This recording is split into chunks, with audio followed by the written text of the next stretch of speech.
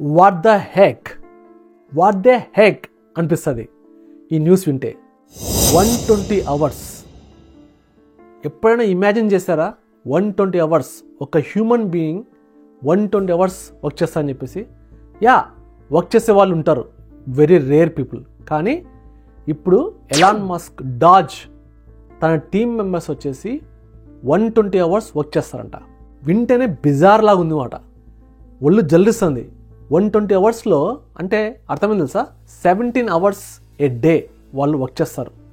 మిగతా 24 hoursలో 17 hours కేవలం వర్క్కే వెళ్తే 7 hours is for rest room activities and also sleep. అంతే. ఇంకా ఫుడ్ వాళ్ళ మధ్యలోనే ఈ 17 hoursలోనే వాళ్ళు ఫుడ్ తింటూ పనిచేస్తారు అన్నమాట. సో ఏంటి డాజ్, ఏం జరుగుతుందంటే ట్రంప్ వచ్చేసి ఎలాన్ మస్క్కి ఒక రెస్పాన్సిబిలిటీ ఇచ్చాడు. ఏమంటే డిపార్ట్మెంట్ ఆఫ్ గవర్నమెంట్ ఎఫిషియన్సీ అని చెప్పేసి ఒక టీమ్ని ఫామ్ చేసి మన గవర్నమెంట్లో జరిగే స్పెండింగ్ని బాగా కట్టడి చేసి, బాగా కట్ డౌన్ చేసి సేవ్ చేయమని చెప్పేసి చెప్పాడనమాట. సో ఇక్కడ ఎలాన్ మస్క్ ఏంటంటే ఒక స్పెషల్ అపాయింట్మెంట్ ఎంప్లాయర్ గవర్నమెంట్కి, అంతే. ఇలాంటి రోల్ అంటూ ఏం లేదు. ట్రంప్ ఏం చెప్తే అది జరిగిపోతుంది ప్రస్తుతానికి. ఇక్కడ మీకు తెలుసు కదా ట్రంప్ ఎలాగ షేక్ చేస్తున్నాడో. మార్నింగ్ లేస్తే ఏ టీవీలో చూసినా ట్రంపే. ట్రంప్ న్యూస్ వినుకోకుండా, ట్రంప్ గురించి డిస్కస్ చేయకోకుండా మన ఇండియాలో ఏ పల్లెటూరులో కానీ, ఏ టౌన్లో కానీ, ఏ సిటీలో కానీ ఏ మనిషిని టచ్ చేసినా సరే ట్రంప్ ఇదే డిస్కషన్. సో ట్రంప్ వచ్చేసి నువ్వు డాజ్ టీమ్ని నువ్వు ఏం చేస్తావో నాకు తెలియదు, మనీని బాగా కట్ డౌన్ చేయాలంటే ట్రంప్ వచ్చేసి $2 trillion కట్ చేయడానికి ట్రై చేస్తున్నాడు. ఓకే, $2 trillion అంటే ఇట్స్ నాట్ ఎ జోక్. డాజ్ అనే టీమ్ని రన్ చేయడానికి 6 యంగ్స్టర్స్ని సెలెక్ట్ చేస్తున్నారు అనమాట. ఇక్కడే పెద్ద ట్విస్ట్. 6 మెంబర్స్లో అందులో హైయెస్ట్ ఏజ్ ఎంత తెలుసా? 25, లోయెస్ట్ 19. ఈ 6 మెంబర్స్ ఏంటంటే ఉడుకు రక్తం, ఇంకా హై ఐక్యూ. ఈ 6 ఇందులో వచ్చేసి కొందరు కాలేజ్ డ్రాప్ అవుట్, కొందరు వచ్చేసి ఇంకా కాలేజ్లో చదువుతున్నారు. ఇందులో వచ్చేసి ఒక ఇండియన్ అయితే ఉన్నాడు. ఆ ఫొటోస్ మీకు ఇక్కడ డిస్ప్లే చేస్తాను చూడండి. సో వీళ్ళందరూ ఏంటంటే గవర్నమెంట్ స్పెండింగ్ని బాగా తగ్గించి ఇంకా ఫటాఫట్ ధనాధన్ ఎక్కడైతే మన ఇంతకుముందు గవర్నమెంట్ స్పెండింగ్ చేసేదో అనవసర ఖర్చులు, ఆ దేశానికి ఈ డ్యాన్సుల ఖర్చులంట, ఆ దేశానికి ఎడ్యుకేషన్ ఖర్చులంట, ఇలాంటివన్నీ మొత్తం తీసేసి మొత్తం స్ట్రీమ్లైన్ చేస్తున్నాడు. సో నాకైతే అనిపిస్తుంది ఈ యూత్ అయితేనే ఇలా పనిచేస్తారు 19 నుంచి 25 years. ఎందుకంటే ఫ్యామిలీ ఉండేవాళ్ళు ఎవరు పనిచేయలేరు 17 hours అంటే.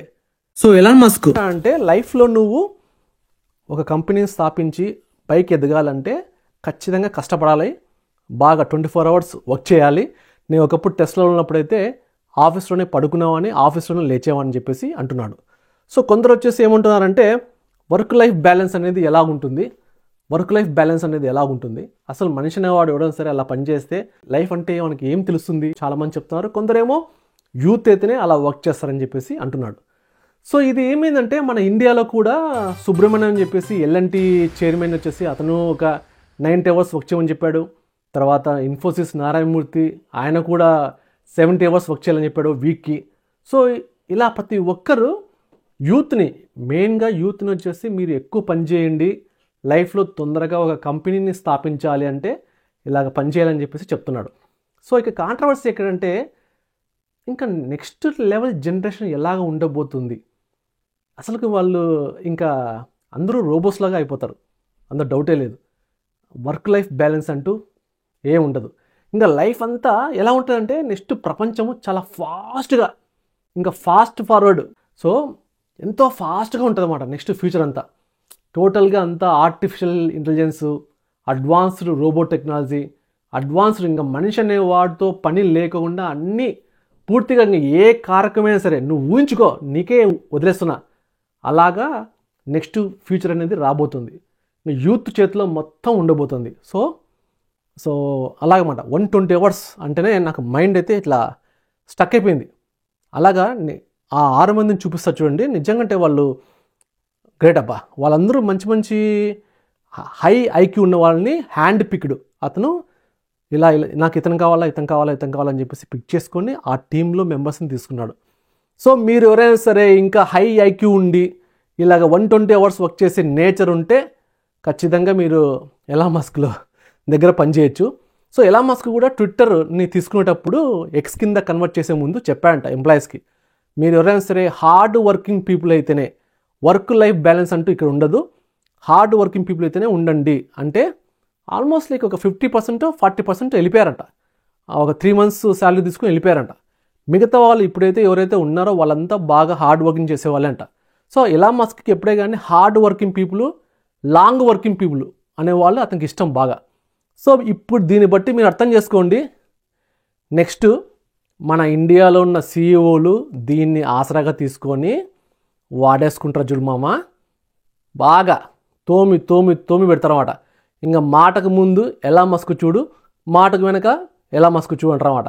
నువ్వు లైఫ్లో ఎదగాలంటే అలా పని చేయాలంటారు. సో ఇక్కడ ఆర్గ్యుమెంట్ ఏంటంటే 120 అవర్స్ ఎవడైనా సరే పనిచేస్తాడు, కానీ నువ్వు కంపెనీ సీఈఓ అయితే ఖచ్చితంగా పనిచేస్తావు. ఆ కంపెనీలో ఒక ఎంప్లాయర్గా ఉండి పని చేయాలంటే 120 అవర్స్ ఎవడు పనిచేయడు, ఓకేనా? ఎందుకంటే ఎంప్లాయర్గా పనిచేస్తే ఈరోజు వర్క్ చేస్తావు, నచ్చితే నువ్వు ఉంచుకుంటాడు, నచ్చకపోతే ఎడంకాలతో కొడతాడు, ఎగిరిపోవాలా అంతే. నెక్స్ట్ డే నువ్వు ఎవడో నేను ఎవడో, అది గుర్తుపెట్టుకోండి. సో 120 అవర్స్ వర్క్ చేయాలంటే ఇనిషియల్గా యూత్ ఉన్నప్పుడు వర్క్ చేసి మనం ఆ ఎక్స్పీరియన్స్ని తీసుకొని ఒక కంపెనీని పెడితేనే అప్పుడే మజా వస్తుంది, అదేమాట. సో ఈ మీకు ఆర్టికల్స్ నేను డిస్క్రిప్షన్లో పెడతాను, చదవండి. Future is going to be అంటే ట్రంప్ డెసిషన్స్ ఎలా ఉన్నాయంటే చాలా డ్రాస్టిక్గా ఉన్నాయి. ఐ రియలీ అప్రిషియేట్ ట్రంప్, ఎందుకంటే చాలా మటుకు అమెరికన్స్కి ఎలాగైతే మంచి జరుగుతుందో దాని ప్రకారమే అతను స్టెప్స్ ఇస్తున్నాడు.